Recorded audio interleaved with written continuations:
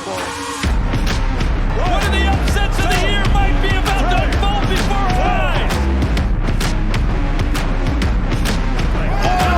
Oh my word! Anif Bouzid! Zimmerman, barely a minute to do the job. Just like that, Milos has knocked him out again. Does it get better than that? That's it, the defining win of Cvjetićanin's glory career. It's over! More incredible! Michael Boapea brings the noise. Big right hand from the cherry. Sorrow with a major, massive win.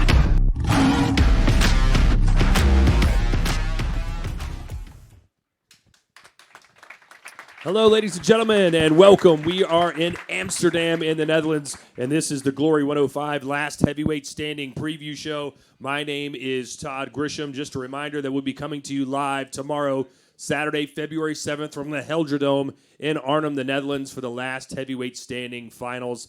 8 men. Someone has to win 3 fights in one night, and not only will they be declared the tournament champion, but they will be the heavyweight champion of the world after Rico Verhoeven has retired after more than a decade on top. So we're about to crown a new heavyweight champion. You can watch the pay-per-view live in the Netherlands on Kijk and internationally on Triller. For full global broadcast details, visit glorykickboxing.com. Also, all the floor seats have been sold at the Helgerdome. We've just opened up an additional seating area in the bleachers. So if you'd like to purchase tickets, please do so at glorykickboxing.com. We'd also like to give a special thanks to our partners, Kraken, Fairtex, RD Dubai. Additionally, we're very excited to welcome our new partner, Elimite, as the exclusive timekeeper and luxury partner for Glory 105 and the entire 2026 season. Without further ado, let's introduce to you the panel. On the very far end, of course, the man who will be facing Sofian Laduni in the last heavyweight standing finals, Milos Cvjetićanin.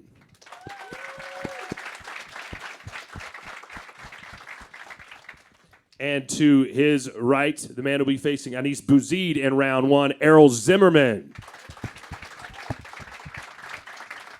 And he's back, the Golden Wolf, Bahram Rajabzadeh.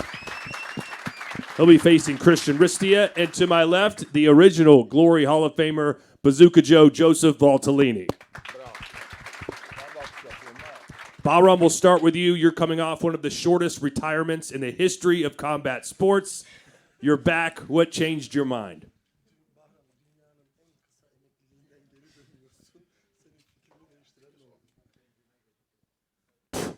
Ses var ha.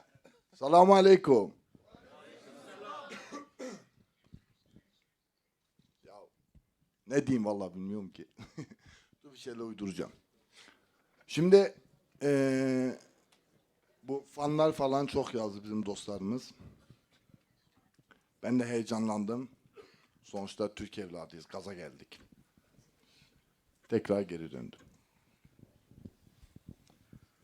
I'd like to say, I don't know what to say first because I'm excited, but from what I've received, I received a lot of messages from my fans, from the people around me, and from my family to return. And I'm Turkish, so I got totally gassed up, and I came back.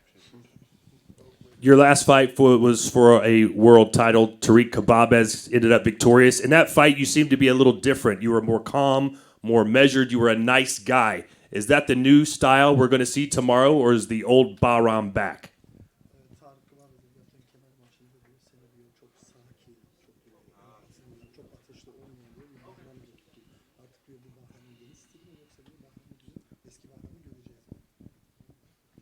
Orijinal mı abi mikrofon? Robi! Belli oldu mu hangi Bahram'ı göreceğin? Well, you heard the shout out to Robbie. He says, does that give you enough indication which Bahram is back? Joe, he's facing Christian Ristia. Obviously, Ristia's had some very difficult fights, been thrown in there with Mori Kroma, as well as Jamal Bin Sadiq. Now he gets Bahram Rajabzadeh. What do you think that fight's going to look like? Well, I think it's going to be a tough one. I mean, Ristia, the gladiator, he's big, he's strong, he's durable. He's got Benjamin Adekbuy in his corner. So I think it's going to be a tough one. But it's the explosiveness of the wolf that we got to watch out for. He said in the interview, I'm either calm or crazy. So I'm definitely a little nervous beside him right now. But I think it's going to be a good one overall. All right, let's talk to you, Errol. You're back. You had some reservations about maybe joining the last heavyweight standing tournament, but now you say you're all in. What changed your mind about being in the tournament? Thank you for having me here. It's been a long time. The crowd reaction was so crazy when I won the fight. So after that, I go home. After 2 days, I go home. Spoke with my coach, with my mother, and she want me to fight, and my children also. So I was doing this for them. You're a mama's boy, aren't you? Yeah, big mama boy. She convinced you to fight in the tournament, and your first round opponent will be Anis Bouzid. What do you know about him, and what kind of fight do you think it's going to be? It's going to be an awesome fight. We'll see tomorrow. I have answers for everything, so I'm looking forward to what he's going to do, what he's going to bring. And one thing I know for sure is laying down on the ground. Oh, you've been here since Glory 1. You're the veteran of the tournament. Sitting beside these two guys here, what's the biggest difference you've seen from the old school to the new school?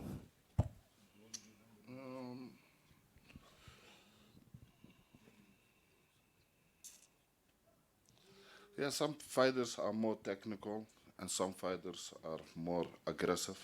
So this fighter is really aggressive.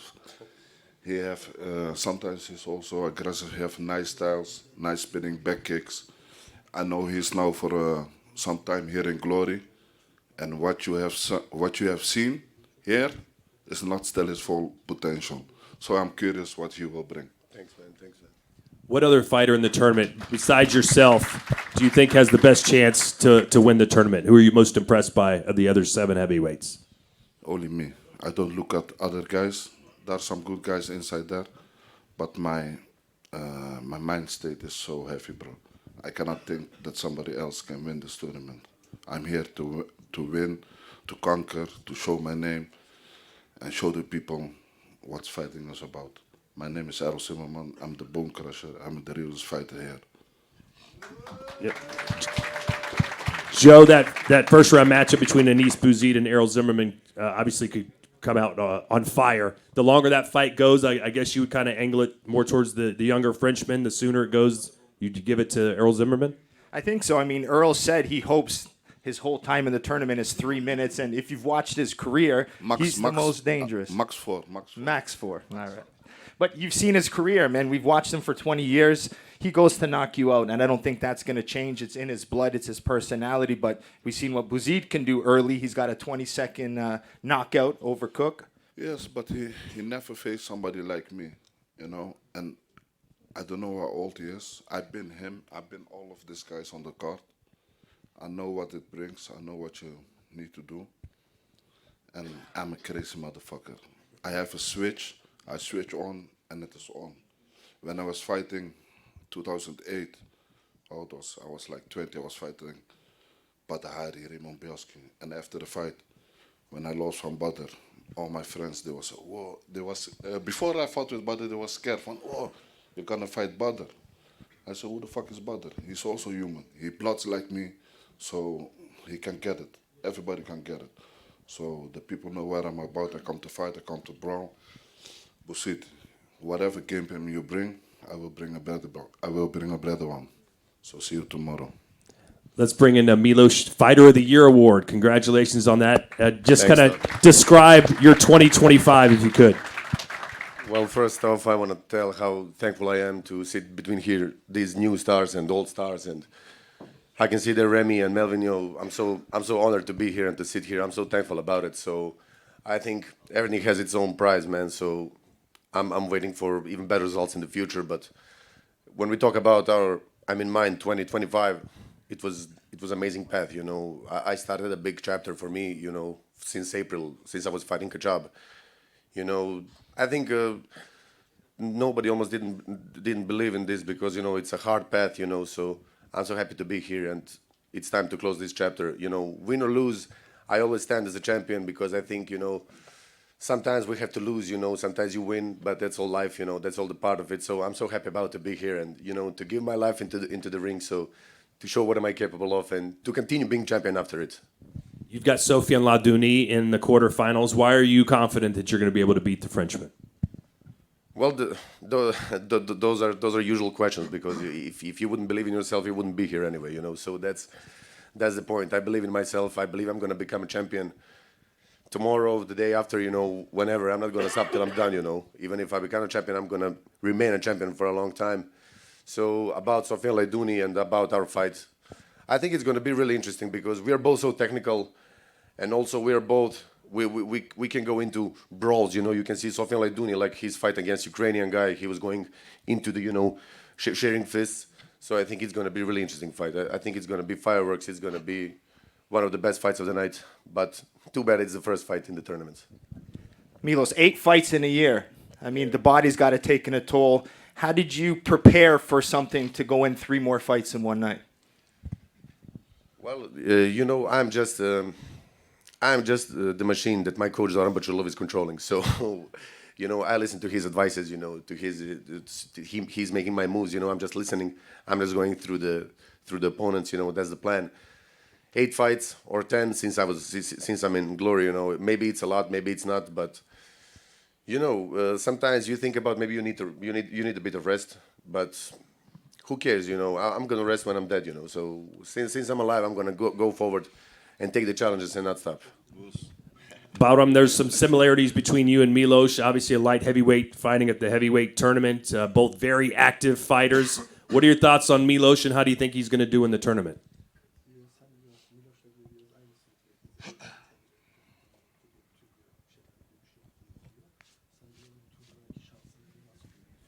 Şimdi altın da küçük olur ama değeri büyüktür.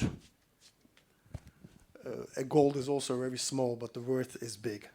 So that's how I see it. We got you yesterday Thank you so much. to fill out your bracket, and you thought that Milos would face Zimmerman in the semifinals, and you picked Zimmerman to beat Milos. Why do you think that happens?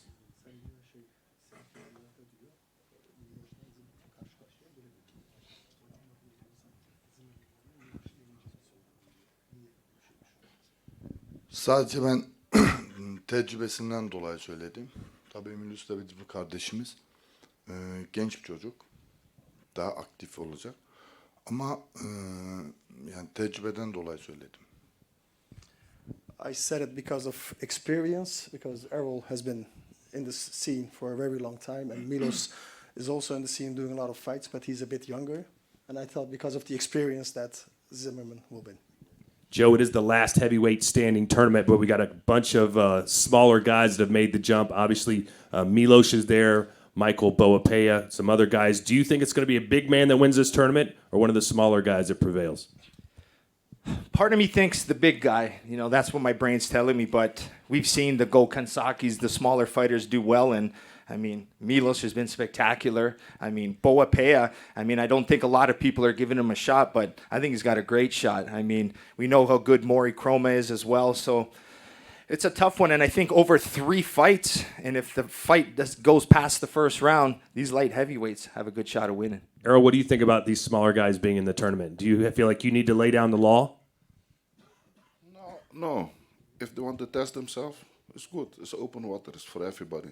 So I got some lightweights to eat, some heavyweights to eat.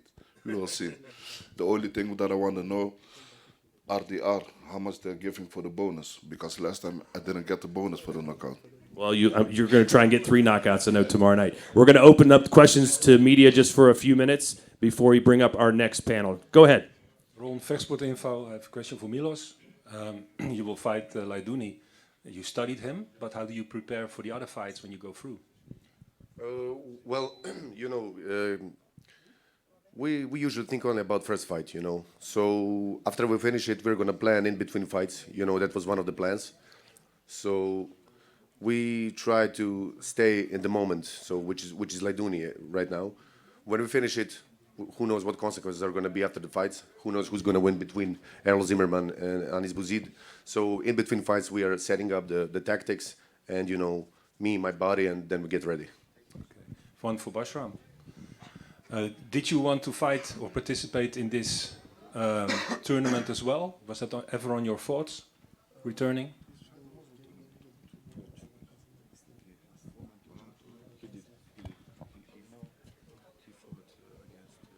Yok ya, katılmak istemiyorum ya.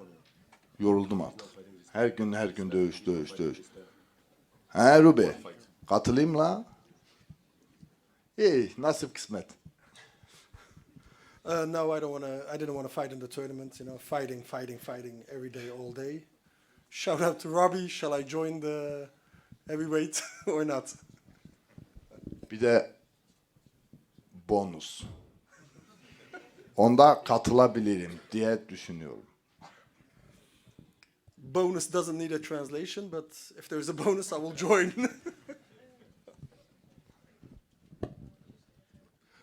Giovanni, Sport News. I have a question for Bahram.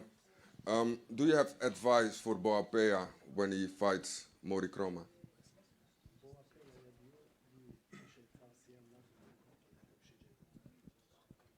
Döver ya bence.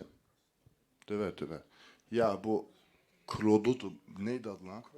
Kroma da ünlü yaptık gitti anasını satayım ya. I think Boapea will beat him. I think I made Chroma pretty much famous, so I think Boapea will beat him. What do you think of Mori Kroma before your fight and after your fight? Do you think he changed?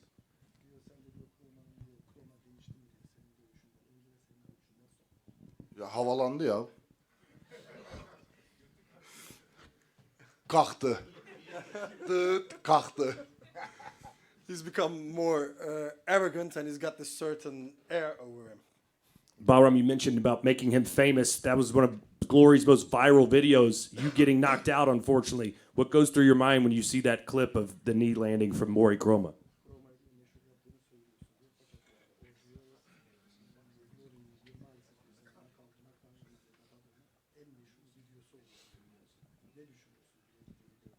Yani benim bazı problemlerim oldu. Ondan dolayı maça odaklanamadım. Ya olsun, bir şey olmaz. Hayatından bir Bahram Rajabzadeh geçti dersin. Despite the fact it's not an excuse, but I was going through some stages in my life at that time. It's not an excuse still. But Kroma has the opportunity to say that a Bahram Rajabzadeh has passed through his life. Last question. Yeah, last question for me. Yasin ellerini ağrıdı. Best yeter. Yeah. Can I? Yeah, all right. And last question for Milos. When you look at the bracket, I know you study it very well. Which contestant do you think has the easiest route in this bracket? Let's say the ones who fought the less, you know. Maybe Errol Zimmerman, with all due respect, he had one fight. You know, he got the tournament. Also, Nidal Bachiri, my ex-opponent, you know, 2 years ago, he also had one fight. He showed really that he's great potential, you know, he's one of the best, I can say that. So I think maybe those two, you know. Me and Sofian Laiduni, on the first round, we had 6 fights to get in this tournament, which is also making a great story, you know. So I think for these two, they have the easiest path to get to the tournament. In the tournament itself. I mean. Oh. The easiest path in the tournament? Yeah. Well, every fight in this tournament is now, this time, really 50-50. But let's say, maybe I have the easiest path. You know, because me being me. Errol, Dion van Mergent Culture, this question is for you. As a veteran in the fighting sport, do you see this tournament as a sort of last resort? Or is there still more air in your tank after this tournament? I always say to my friends, I feel like 18, 20 years old, so this is not my last tournament. Okay, thank you. All right, ladies and gentlemen, thank you for your time. We're going to clear the dais, bring up a few more fighters, and do a press conference in Dutch. So appreciate the time, and we'll be back in a minute. Boxing, his power combinations, he looked incredible.